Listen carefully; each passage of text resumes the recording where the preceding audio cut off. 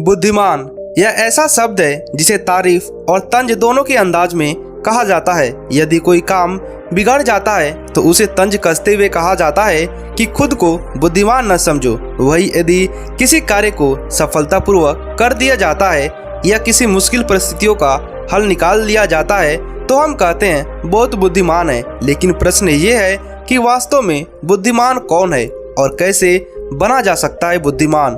बौद्ध धर्म के संस्थापक महात्मा गौतम बुद्ध के विचार और कहानियों से व्यक्ति को प्रेरणा मिलती है। गौतम बुद्ध के जीवन से जुड़ी ऐसी एक नहीं बल्कि कई कहानियां हैं जिसे कई समस्याओं को हल निकाला जा सकता है। इन्हीं में एक है बुद्धिमान होने की परिभाषा। बुद्धिमान की परिभाषा और इसका सही अर्थ गौतम बुद्ध के इस कहानी से जुड़ा हुआ है। आइए कहानी को सुनते हैं। एक गांव में एक लड़का था जिसका दिमाग बहुत तेज था।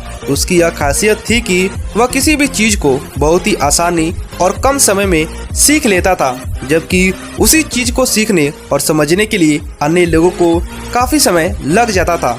लड़के की यह ख्याति दूर दूर तक फैल गई थी। सभी लड़के की तारीफ करने लगे कि उसके इतना बुद्धिमान कोई नहीं है। लड़का चित्रकारी, मूर्ति बनाना, गीत गाना जैसे अन्य कई चीज़ों को भी जानता था।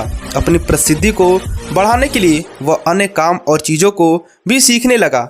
इस तरह से उसे अपने बुद्धिमान पर अहंकार हो गया, क्योंकि वह साधारण व्यक्ति होकर कई असाधारण काम भी आसानी से करने लगा था। एक दिन लड़के का सामना भगवान गौतम बुद्ध से हुआ। लड़के को खुद पर खूब अहंकार था और इस कारण उसे किसी से ईर्ष्या नहीं होती थी, क्योंकि वह खुद को ही श्रेष्ठ समझता था। लेकिन पहली बार उसे गौतम बुद्ध को देख ईर्ष्या हुई और वह अपनी तुलना बुद्ध के साथ करने लगा। वह देखता है कि बुद्ध के पास भिक्षा मांगने के लिए एक कटोरा है और उसके पास अपार धन। बुद्ध ने साधारण वस्त्र धारण किए हैं और उसके वस्त्र कीमती थे। बुद्ध नंगे पैर थे और वो नंगे पांव जमीन पर बैठा नहीं था रखता था। एक तरह से लड़का एक नहीं बल्कि कई चीजों से गौतम बुद्ध के साथ अपनी तुलना करने लगा। हर चीज से तुलना करने के बाद वह मन ही मन सोचता है कि आखिर मैं इस बिच्छू के साथ अपनी तुलना क्यों कर रहा हूँ, जबकि इसका और मेरा जीवन बिल्कुल अलग है। वहाँ मौजूद सभी लोग गौतम बुद्ध का सम्मान कर रहे थे। लड़का सोचने लगा कि आखिर इनमें ऐसा क्या है जो मुझ में नहीं है, जिस कारण मेरे भीतर इनके प्रति ईर्ष्या पैदा हो गई है। अपने मन में चल रहे जिज्ञासा को शांत करने के लिए वह गौतम बुद्ध के पास जाता है।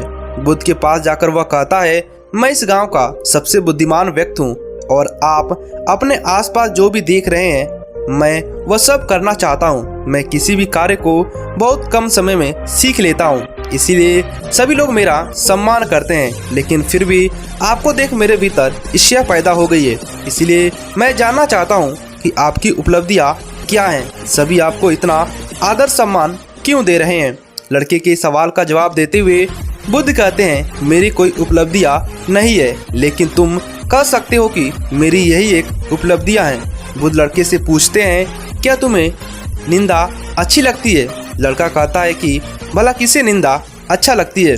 बुद्ध कहते हैं कि जो तुम्हें अच्छा और बुरा लगता है मैं इनमें भी ऊपर हूँ। मुझे ना निंदा सताती है और ना ही अपनी प्रशंसा से प्रसन्न होता हूँ। यही अंतर है तुझ में और मुझ में। बुद्ध कहते हैं, तुमने सैकड़ों काम सीखे हैं लेकिन सबसे जरूरी काम को सीखना भूल गए हो। लड़का पूछता है, वो कौन सा काम है?